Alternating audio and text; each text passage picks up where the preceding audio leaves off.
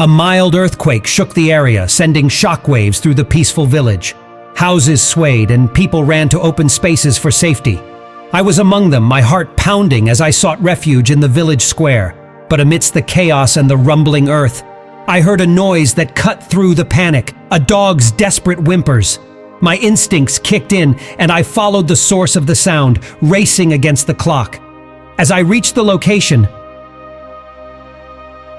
I saw a heart-wrenching sight, a dog buried up to her neck in soil and rocks. She was breathing heavily, her eyes filled with terror. Without a second thought, I grabbed a shovel and began to dig with all my might. But in that tense moment, I realized that I couldn't do it alone. I turned to a friend who had followed me, and together we fought against time and the unforgiving earth to free her. Layer by layer, the soil and rocks gradually thinned. Our hands worked furiously, sweat pouring down our faces as we dug deeper and deeper.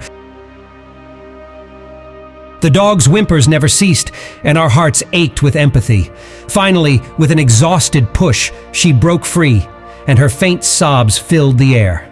As we looked around, we discovered the reason for her distress. Several puppies were buried underground with her, their tiny lives hanging in the balance. Afraid of causing harm, I set aside the shovel and dug into the ground with my bare hands. The mother dog had survived the initial quake and had likely dug a small burrow to protect her pups. Tragically, the earthquake had caused her makeshift shelter to collapse, trapping her offspring beneath the unforgiving soil. Fear gripped me as I worked frantically, my fingertips numb and bloody. I was no longer aware of the pain. My sole goal was to free the remaining puppies before they suffocated beneath the earth. With unwavering determination, we managed to extract 7 more puppies, each one gasping for air as they were brought into the sunlight. The loss weighed heavily on us, but there was no time for grief.